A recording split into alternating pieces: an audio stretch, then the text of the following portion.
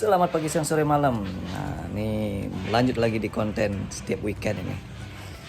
Ini hari Minggu tanggal 11 Oktober 2020. Hari ini kita bakal nge-review, bukan umpan pancing, bukan kandang, bukan alat dokter hewan, tapi kita hari ini kan nge-review motor monkey yang kemarin kita kerjain. Waktu yang saya gambar di episode yang di sini nih, di atas sini. Di atas sini mungkin ya nanti jadinya, karena ini kameranya saya flip. Nah, sekarang kita akan bakal lihat, kita akan nge-review motor yang mana. Saya flip kameranya. Dadah, tunggu dulu. Ya, saya zoom out dulu. Nah, ini dia.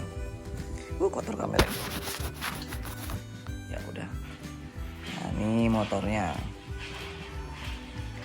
Ini motornya, motor monkey-nya. Sebentar sekalian saya liatin proses detailnya setelah saya mandiin ini motornya. Sempat saya test ride sih kemarin, rencana mau saya sertain video test ride-nya, cuman permasalahannya bracket action cam saya rusak, jadi nggak bisa nempel di helm sini, lepas terus. Jadi daripada resiko action cam saya rusak, jadi saya nggak ada video test ride-nya. Mungkin nanti preview aja, lewat aja deh. Ini dia motornya, nanti saya akan liatin proses detailnya. Nah, itu ada anak saya tuh, ini kayaknya dia mau kesini nih. Nah, ini dia motornya, kita bersihin dulu ya, karena ini udah kotor banget. Sampai jumpa di proses bersihnya, dadah. Ya, ini dia nih, sebelum kita bersihin motor ini, sebaiknya karbunya itu ditutup dulu. Kalau nggak ada tutup karbu, itu kan ada tempat kerannya itu, kita tutup aja tuh, supaya lubang dari karbu itu nggak kemasukan air. Nah, syarat berikutnya dibersihin, kasih sabun, dibilas sampai kering, terutama bagian yang krum-krum dulu ya, baru kecatnya, karena bagian krum itu harus kering bener. Kalau nggak gitu bakal nyisain noda-noda air yang bakal susah dihilangin ke depannya. Jadi usahakan sebersih mungkin untuk bagian yang krum-krumnya. Berikutnya, nah ini motor kan sudah dibersihin, tapi kan masih basah nih, sudah dilap kering sih, tapi kan ada beberapa bagian yang masih basah. Ini seperti saya bilang tadi, nih harus benar-benar kering bagian yang dilapisi oleh krum, karena kalau nggak bersih atau nggak kering, dia bakal nyisain noda-noda air yang bakal sulit banget untuk dihilangin ke depannya. Di kemudian hari itu bakal nyisain kayak di bintik-bintik air gitu, kayak di cermin gitu loh. Jadi usahakan untuk bagian yang krum pertama kita bersihkan dengan baik, digunakan sabun. Kalau ada bekas-bekas kotoran dibersihin dengan baik, usahakan menggunakan lap atau spons yang bersih, tidak kasar, tidak membuat baret pada krum. Habis itu sudah selesai dibersihin, dilap dengan kering, sekering mungkin, sebisanya, semampunya, semaksimal mungkin keringnya, supaya nggak nyisain noda air. Kadang kalau ada noda air pasti ribet tuh. Nah, kita tunggu dulu, jangan dihidupin dulu. Kalau saya biasanya sih gitu, karena apa? Kalau motor custom ini kan kelistrikannya itu menurut saya tidak terlalu safety. Karena seperti ini dia kan cuma masuk ke bagian ini. Hampir semua motor custom seperti itu kok. Nggak terlalu safety, jadi nggak langsung bisa kita hidupin. Takutnya ada sisa-sisa air yang masih nempel, nanti jadi konslet. Jadi sebaiknya kita tunggu dulu. Kecuali kita punya kompresor untuk niup air yang ada di sela-sela, untuk benar-benar bersihin air yang terperangkap di dalam rangka sepeda motor ini atau di dalam box kelistrikannya. Nah, tadi yang saya bilang masalah nyuci motor custom itu, nah yang ini kan ada kerannya nih. Kalau ini kita nggak tutup, air bakal masuk sini. Nah, kalau air sudah masuk karburator nanti susah hidupnya. Jadi ketika kita mau cuci motornya, untuk karbu yang terlihat seperti ini karburator namanya ya, ditutup aja begini, minimal nggak terlalu banyak air yang masuk sehingga nggak ada resiko motor susah hidup setelah dimandiin. Terus yang perlu diperhatikan perawatan motor custom ya, ini rantai kita harus wajib terus kasih pelumas rantai. Sebaiknya menggunakan pelumas rantai, jangan menggunakan oli biasa, gunakan pelumas rantai, karena viskositasnya atau kekentalannya itu berbeda, dan tingkat lubrikasinya, tingkat untuk ngelicinnya berbeda juga. Nah, itu aja sih untuk perawatannya. Ingat diisi bensin itu aja, karena kalau tangkinya terlalu banyak sering kosong bakal nyebabin karat di dalam tangki. Kalau nyucinya sebaiknya dari bagian paling atas. Kalau standar lah nyuci kan harus dari bagian atas ini, sama bagian krumnya didahulukan dulu, dilap, disemprot basah dulu, habis itu dikasih sabun, spon, pakai spon atau pakai kain atau apa. Kalau saya cenderung sih pakai spon. Saya pakai apa? Cuman pakai Mama Lemon aja, nggak pakai sabun sepeda motor. Habis itu dilap kering. Itu aja. Sekarang kita tunggu dulu sampai benar-benar kering. Nah, ini dia nih. Nanti kita akan review satu persatu sampai dengan nih sebenarnya nih kelemahannya juga nih. Ini kan nih krum nih. Ini enggak krum. Ini krumnya ngelupas.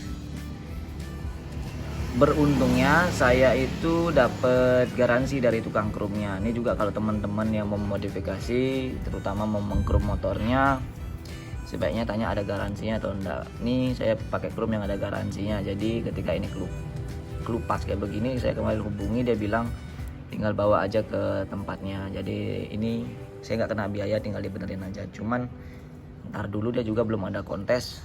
Ini kan rencananya juga pakai kontes sih rencananya ya. Biar jelek juga diadu juga gitu. Jadi ini dibongkar lagi, tapi saya pakai dulu. Nanti kalau udah mau deket kontes tinggal dibuka, di krum ulang, diservis lah. Kita bakal review secara garis besar motor ini dari spek mesin, frame, rangkanya ini pakai apa, tangki, kelistrikan, kaki-kaki. Kita akan review total. Saya usahakan kasih yang sejelas mungkin, tapi kalau ada nggak jelas silahkan tulis di kolom komentar pertanyaannya.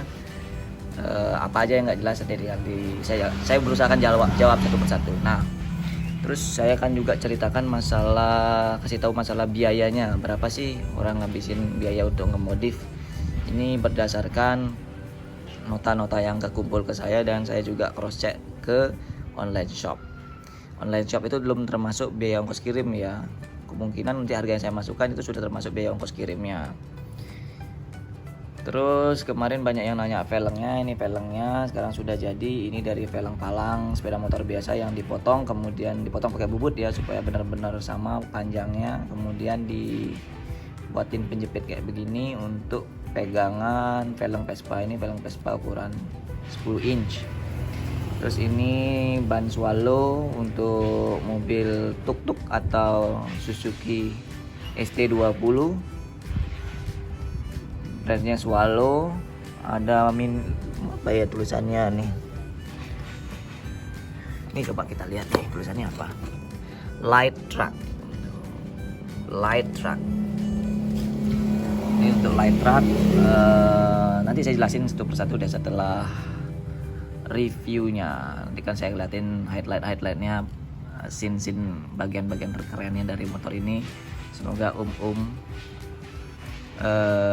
bisa puas ngelihatnya. Sampai jumpa di video berikutnya, di footage berikutnya. Dadah.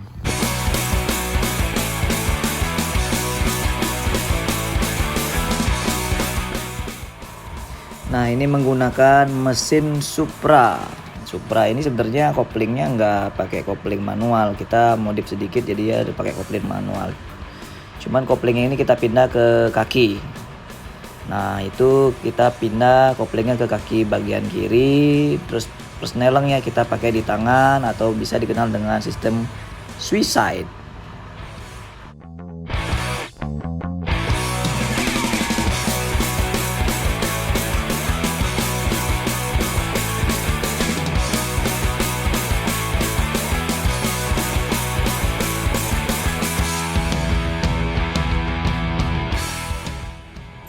Nah, untuk tema-tema dari gambar yang ada di motor ini, sebenarnya ini tema kartun yang disukai sama anak saya. Di vlog-vlog sebelumnya kelihatan sih muka anak saya. Saya punya anak cewek, dia suka banget sama kartun-kartun, jadi saya taruh di motor ini gitu. Ini dia juga nambahin tulang buaya yang imitasi dari bahan resin di tangkinya. Prosesnya lumayan ribet sih. Terus kita juga sesuaiin dengan temanya, ada nambah kulit buaya di bagian kulit joknya ini supaya sesuai dengan temanya menggunakan tulang buaya tadi. Nah ini gas inner throttle. Inner throttle itu tipe gas yang ditanam di bagian dalam. Kita pakai 2 lampu LED. Nah ini kita akan tes sekarang.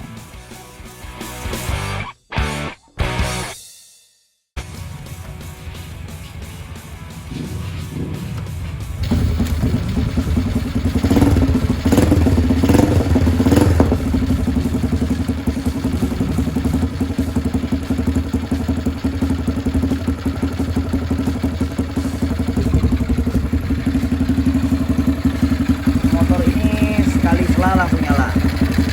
Nah, ini flip ring gara-gara frame rate dari kamera saya. Jadi ini nyalanya normal. Cuman ini di sini flip ring.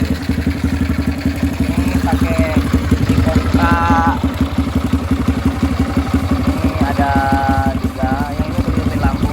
Ini hidup dengan lampu yang mati. Hidup lampu mati. Ini hidup. Hidup.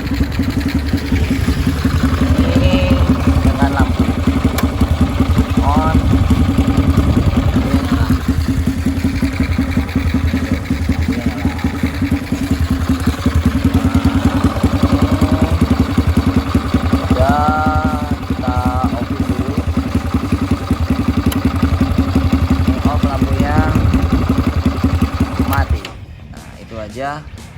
Jadi dia pakai 3 kontak, off, on, lampu. Jadi simple. Itu aja. Nanti setelah ini saya bakal jelasin total RAB. Berapa sih ngabisin biaya buat modif motor Supra ini sampai jadi seperti sekarang. Saya usahain sedetail mungkin sih, tapi kalau ada yang kelupaan bisa ditanya di kolom komentar nanti ya. Sampai jumpa di depan laptop. Dadah. Nah, nih kita ganti theme musiknya supaya lebih tenang karena ini kita akan bicara masalah dana. Nah, ini saya akan rinci satu persatu. Om dan tante dan pencinta otomotif yang suka custom, yang mau custom motornya bisa dipantengin nih rincian dana-dananya. Di sini sebenarnya saya masukin harga tertinggi ya. Ada beberapa harga yang saya juga asumsikan berdasarkan harga yang ada di online shop. Jadi om dan tante bisa simak satu persatu. Harga-harganya ini di bagian bawah bakal ketemu tuh. Nah, itu totalnya 24 juta sekian tuh. 24.960.000. Nah, biaya tak terduganya saya masukin 5%, itu sebesar 1.248.000 dengan total 26.208.000 tuh. Ini motor saya buat dari bulan April 2020 sampai dengan sekarang bulan Oktober 2020, dan ini juga sebenarnya belum rampung 100%, masih ada beberapa detail yang saya harus tambahkan. Salah satunya itu tutup baut yang mungkin anak-anak variasi tahu namanya monel. Nah, monel ini nanti fungsinya untuk nutupin kepala baut supaya nggak tajam atau supaya ke cover. Nah, sekian dulu deh rinciannya. Semoga om dan tante bisa paham kenapa custom itu mahal dan membutuhkan waktu yang nggak singkat. Nah, sebenarnya ini saya membuka wawasan aja sih bahwa dunia custom itu merupakan salah satu juga bentuk seni, walaupun ini dalam bidang otomotif. Jadi tetap harus dihargai karena satu, bahannya juga mahal, maksudnya costnya juga mahal. Di samping itu juga makan waktu yang cukup lama. Jadi buat om tante atau penggemar otomotif yang suka custom, yang pengen beli motor custom yang sudah jadi ke depannya, tolong jangan nawarnya terlalu kejam om, soalnya kan buatnya juga modal banyak, terus waktunya juga lama. Untuk motor yang seukuran kecil kayak begini aja butuh waktu 7 bulan. Itu pun kalau nggak dihitung dari kita ngumpulin barang-barangnya sebelum masuk bengkel yang utama ya. Maksudnya kita kumpulin barang dari beli online atau dari toko yang jual variasi, terus kita kumpulin di rumah sebelum ke bengkel ya. Pokoknya perlu effort lah, perlu perjuangan dan perlu kesabaran, belum lagi ide-ide yang kita harus tuangkan, terus juga ngeluangin waktu dimana ada kesibukan bekerja dan lainnya. Nah, itu juga harus dihargai. Oke deh, itu aja untuk review saya hari ini. Semoga konten kali ini bermanfaat buat om dan tante dan pecinta otomotif. Salam bahagia, tetap sehat ya biar bisa riding.